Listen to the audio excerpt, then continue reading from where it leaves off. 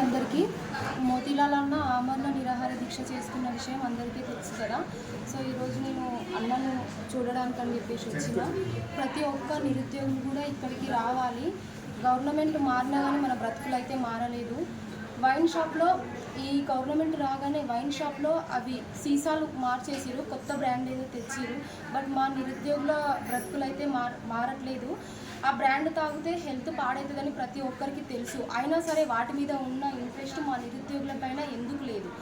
ఒక నిరుద్యోగికి జాబ్ వస్తే ఫ్యామిలీ మొత్తం బాగుపడుతుంది. అదే ఆ డ్రింక్ తాగితే ఒక ఫ్యామిలీ మొత్తం నాశనం అవుతుంది. అంటే నాశనం చేయడంలో ఉన్న ఇంట్రెస్ట్ జీవితాలు బాగుపరచడంలో లేదా?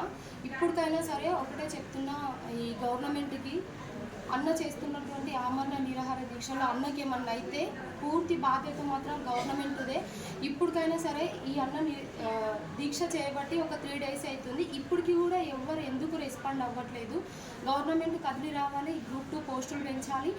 అలాగే కొంచెం టైం ఇవ్వాలి చదువుకోవడానికి. Group 3 కూడా పోస్టులు పెంచాలి. ఈ అన్నకి ఏమాత్రమైనా తెలంగాణలో మొత్తం ఒక గందరగోళం అయితే అవుతుంది. ప్రతి ఒక్క నిరుద్యోగి ఇక్కడికి రావాలి, ప్రతి ఒక్కరు రావాలి, అన్నకి మద్దతు పలకాలి. అన్ని పార్టీల వాళ్ళు, ప్రతిపక్షాలు ప్రతి ఒక్కరు ఇక్కడికి రావాలి. ఎందుకంటే ఇప్పుడు నిరుద్యోగుల పరిస్థితి ఏ విధంగా ఉందో ప్రతి ఒక్కరికి తెలుసు. పోయిన గవర్నమెంట్ అప్పుడు కూడా మేము ఇట్లనే కొట్లాడినాం, ఇట్లనే కావాలని చెప్పేసి అంత గొడవ చేసినాం. ఇంకా ఏంటి అంటే ఈ గవర్నమెంట్ వస్తే మా బ్రతుకులు మారుతాయని చెప్పేసి ప్రతి ఒక్క నిరుద్యోగి కూడా ఎలక్షన్ టైంలో ఇంటికి పోయిరు.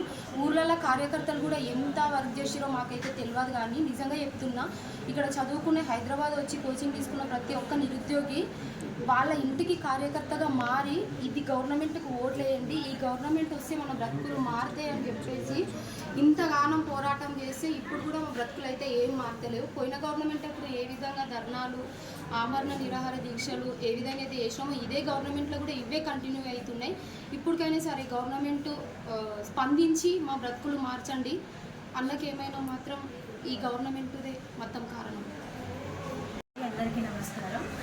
ఈరోజు మోతీలాల్ అన్న ఏదైతే నిరాహార దీక్ష చేస్తున్నారో యావత్ తెలంగాణలో ఉన్న ప్రతి ఒక్క నిరుద్యోగి చూస్తున్నారు. అన్నకి గాంగా ఏమన్నా అయితే నిజం చెప్తున్నా, ఈరోజు 3rd day మనం ఒక్క పూట అన్నం తినకపోతేనే ప్రాణం అంతా విలవిలాడి అరే అని చెప్పేసి అన్నం తింటాం. అలాంటి 3 రోజులు మన కోసం కష్టపడి ప్రాణత్యాగాన్ని కూడా ఇది ఏంటంటే ఆలోచించండి. ప్రభుత్వాన్ని ఒకటే డిమాండ్ చేస్తున్నాను, అన్నకు మాత్రం ఏదైతే అది పూర్తి బాధ్యత అది మీదే. ఎందుకంటే నిర్లక్ష్యం వహిస్తున్నారు. నిరుద్యోగులు అంటేనే నిర్లక్ష్యం వహిస్తున్నారు. ఎవరైతే ఉన్నారో ఈ ప్రభుత్వం రావడానికి ప్రతి ఒక్క నిరుద్యోగి మూలన గ్రామానికి వెళ్ళి ఇంత చేసి మీరు ఇచ్చే గిఫ్ట్ ఇదా అండి? ఈరోజు అన్నకి మాత్రం ఏదైతే గాంధీ హాస్పిటల్ చుట్టూ ఖచ్చితంగా మేము నిరుద్యోగులతో సహా ఇంకా వస్తాము.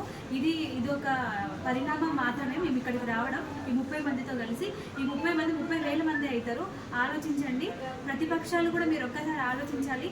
ఈ గవర్నమెంట్ చేసేది ఏంటో మీరు కూడా ఆలోచించి అన్నకి మద్దతుగా ఈరోజు ఇంతమంది వచ్చినాము. అండ్ సిరి కూడా వచ్చింది. మీరు ఒక్కసారి ఆలోచించండి. మా డిమాండ్స్ ఏంటో మీకు తెలుసు. Group 2 Group 3 పోస్టులు పెంచాలి అండ్ డిఎస్సి మెగా డిఎస్సి వేయాలి అండ్ Group 1:100 తీయాలి అని చెప్పేసి ప్రతి ఒక్క నిరుద్యోగి ఈరోజు రోడ్ల మీద తిరుగుతున్నాము. మీరు ఆలోచించాలి, స్పందించాలి దీని మీద.